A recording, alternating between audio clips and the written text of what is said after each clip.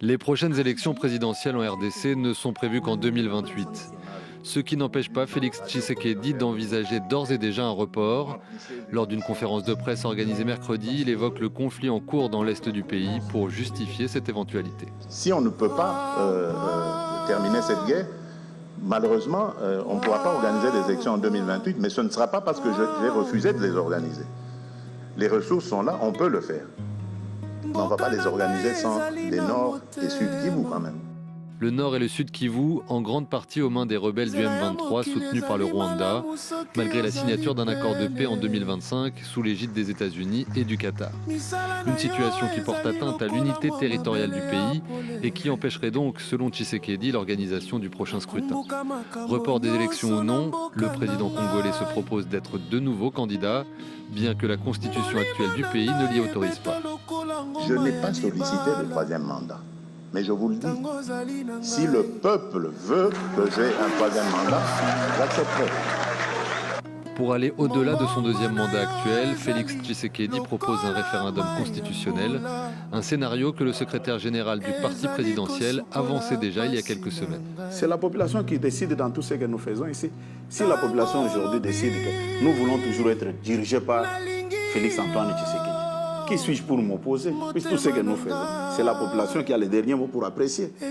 Si l'actuel chef de l'État confirme ce désir de rester au pouvoir plus longtemps que prévu, il pourrait espérer le soutien de Washington.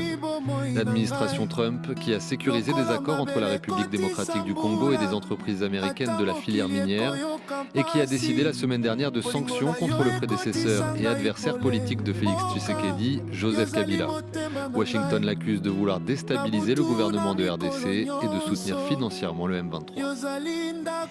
Bonjour Aurélie Bazaraki-Bangoula, vous êtes en direct de Kinshasa pour France 24. Vous avez vous-même participé à la conférence de presse hier du président. Principale annonce donc, la confirmation d'une possible troisième candidature, si le peuple le veut. En tout cas, c'est la première fois que le président le formule aussi clairement, mais rien n'est encore confirmé parce que le parcours, on l'a compris, est semé d'embûches. Effectivement, alors il faut préciser que c'est une prise de parole qui était attendue à Kinshasa car le chef de l'État ne s'était pas encore exprimé sur les derniers débats politiques comme sur la Constitution.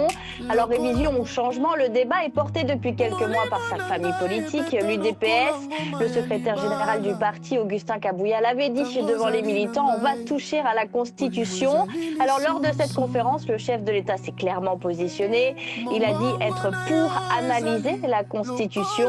Félix Tshisekedi donne même des justifications en affirmant qu'une révision de Constitution pourrait être nécessaire pour honorer le partenariat signé entre Kinshasa et Washington. Alors selon Félix Tshisekedi, dans ce partenariat, les États-Unis demanderaient des réformes du système judiciaire et ces réformes ne pourraient pas se faire sans réviser la Constitution.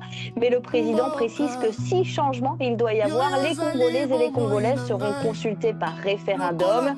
Une question qui, selon Félix Tshisekedi, ne doit pas être liée à celle sur un éventuel troisième mandat. Et là aussi, le débat a été lancé par sa famille politique. Alors ici, à Kinshasa, on entend souvent le slogan « Tout droit, Tina 3 », alors comprenez jusqu'à 3 mandats. Et lors de la conférence de presse, le président affirmait ne pas avoir sollicité de troisième mandat, mais que si le peuple lui demandait, il accepterait. Alors des paroles qui ont provoqué des applaudissements dans la salle de la conférence, prenant presque des airs de meeting. Alors il faut préciser qu'il s'agissait bien d'une conférence de presse. Dans la salle, il y avait évidemment de nombreux journalistes, mais aussi ceux que l'on appelle ici des communicateurs. Ce sont des influenceurs qui diffusent la parole du chef de l'État et plusieurs membres du gouvernement. Voilà, applaudissements hier soir dans la salle de la conférence de presse. Aurélie, quid de l'opposition? Comment est-ce qu'elle réagit à ces annonces? Alors l'opposition a réagi, mais il y a d'abord eu des réactions de la majorité au pouvoir qui félicite une prestation réussie du chef de l'État. Le porte-parole du gouvernement, Patrick Mouyaya, a affirmé que le président avait eu des mots clairs pour expliquer clairement la marche du pays. Et c'est justement ce que relève l'opposant Delis Esanga qui affirme que le chef de l'État a fait tomber le masque, l'accusant de manœuvres à découvert pour un troisième mandat. Delis Esanga met en garde sur le risque de voir la République République démocratique du Congo entrer dans un nouveau cycle de tensions institutionnelles.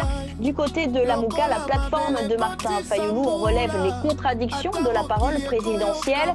Comment le chef de l'État peut envisager ne pas organiser d'élections sans le Nord et le Sud qui vouent des provinces en partie contrôlées par les rebelles de l'AFCM 23 et en même temps envisager d'organiser un référendum sur la Constitution? C'est la question que se pose Prince Epengue, le porte-parole de la coalition.